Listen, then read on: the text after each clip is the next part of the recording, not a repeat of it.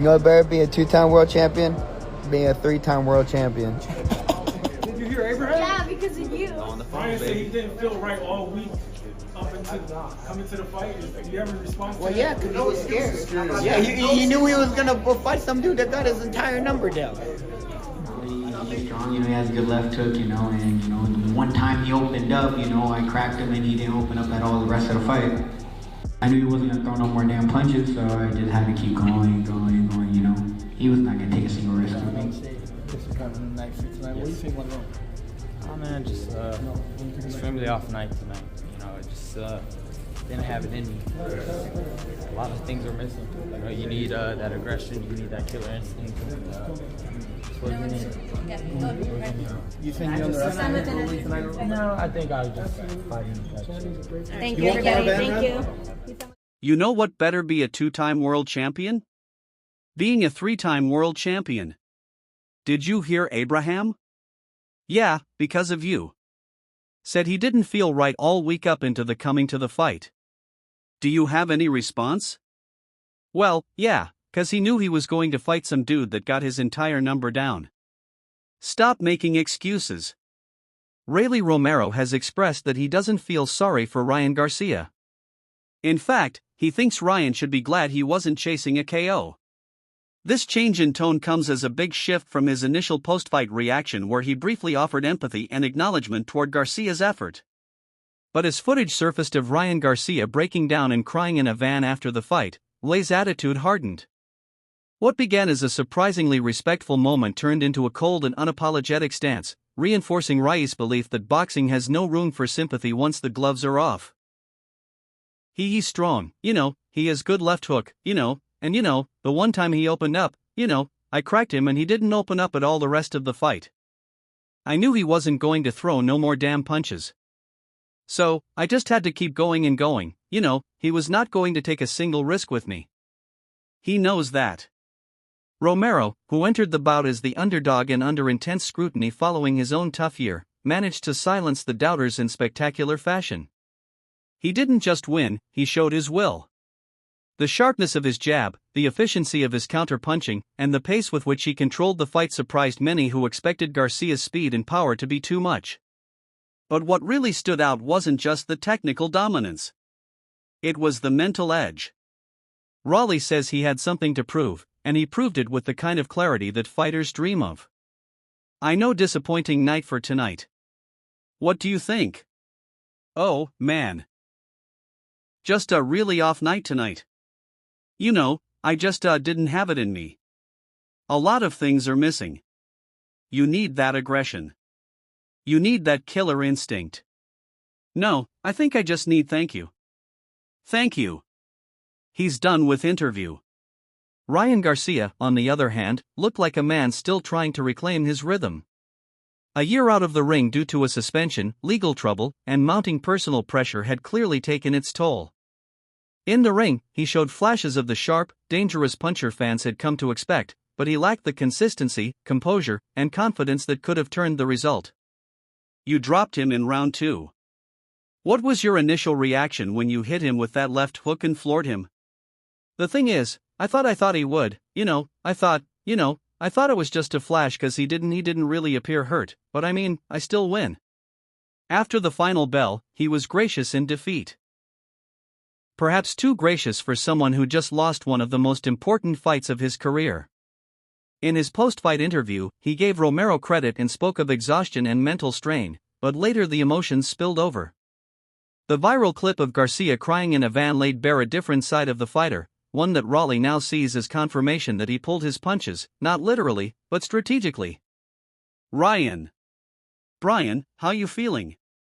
In there. I'll be in the front. You're good. Yeah.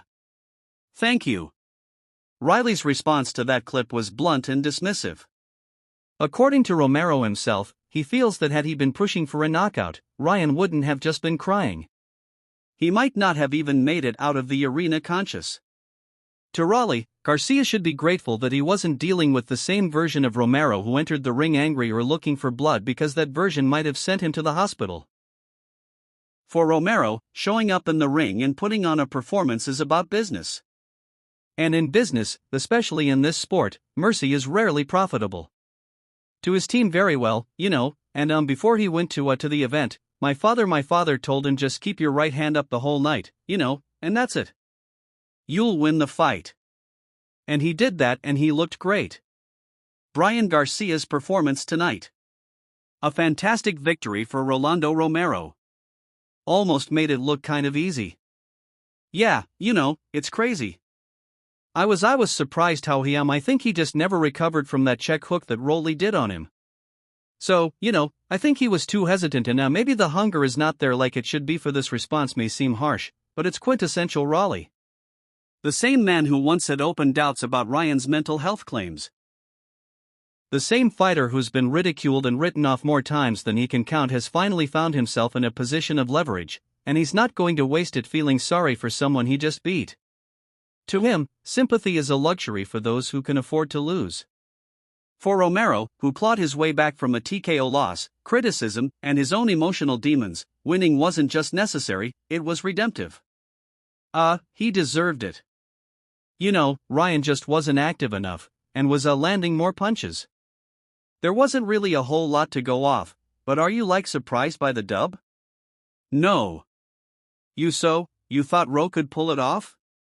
I didn't know who was going to win it. I thought it was going to end in a knockout by either way, but I didn't know who. But I'm surprised that it went to the distance. Were you shocked when he got dropped? No. No, 'cause your only hits hard. Thank you, Virgil. Appreciate you, CH. Before the fight, there were signs that Rolly was turning a new page.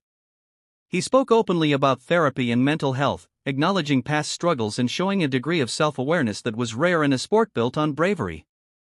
He even offered words of support for Garcia, recalling a moment in 2021 when he sensed that Ryan was battling something deeper than what fans and media could see.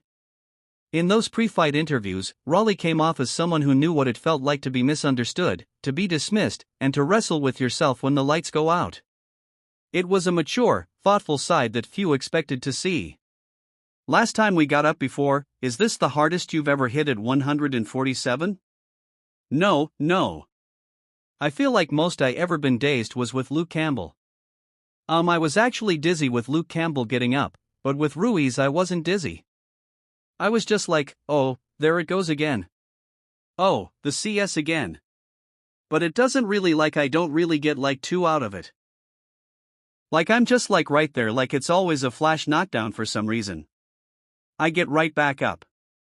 But that side disappeared after the win. When the clip of Ryan crying emerged, Lay's patience ran out. From his point of view, showing emotion after a loss is one thing, but playing victim afterwards, especially when you stepped into the ring voluntarily, doesn't earn you grace. He made it clear. I could have ended you if I wanted. Be glad I didn't. Romero's approach to post-fight commentary may come off as cruel, but to many pros, it's just the harsh reality in boxing. Fighters are judged not just by their wins and losses, but by how they carry themselves in the aftermath. Rai's take was that crying in private while letting the world see it doesn't draw sympathy. It invites questions. Who knocked them? Are you impressed with Rolly tonight? Nah, nobody. They all suck. They all scared of each other. They get tapped into the body. Take a look.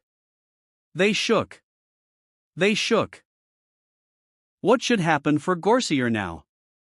Does he rematch Rolly? Does it Haney? You're not interested. Give a look. Questions about heart, toughness, and readiness. He's not blind to the toll the sport takes on people. He's lived it. But he also believes that if you step into the ring, you should be prepared for everything that comes after. The praise, the pain, the pressure, and the public scrutiny. Lennox, what's your reaction? Reaction. Music, Ryan Garcia's path forward is uncertain. With his rematch against Devin Haney now in limbo, the loss to Romero complicates everything. His image as a golden boy of boxing has been chipped away with every controversy. And this latest defeat paired with the emotional breakdown only adds to the narrative that Garcia is spiraling. Whether that's fair or not is up for debate. But for Raleigh, the only thing that matters is that he won and that he did so without needing to destroy the man. That to him was mercy, and that's more than Ryan Garcia deserved. I feel like I like the way Roy took his time. He picked his shots and stuff like that, you know. That was my take of the whole night, you know. That was the best part of the night, just watching Roy take his time, pick his shots, you know. He was strong for sure, you know. But we knew that. Was it the layoff? You think that the year layoff? He wasn't active. I don't know. He just doesn't want it. I don't know what it is. I can't say, you know, I wasn't in camp or nothing like that, but you know, it could be a few things. You know, some people say it was a pee, so you know, got to get back. Definitely still there may be a bit of hope. Turkey Elashik posted on X saying that Ryan will be back stronger than ever, coming from someone who holds sway over the biggest fights in the sport. That statement carries weight, and it could mean the Haney fight isn't off the table just yet. Garcia's night in New York was supposed to be a grand reset. Instead, it turned into a subdued, unraveling under lights that failed to shimmer. The specially constructed ring in the middle of Times Square may have promised spectacle, but it delivered a flat, almost surreal setting for what should have been a pivotal moment in Garcia's return to boxing. Do you feel now in this moment that a rematch is more important than a rematch?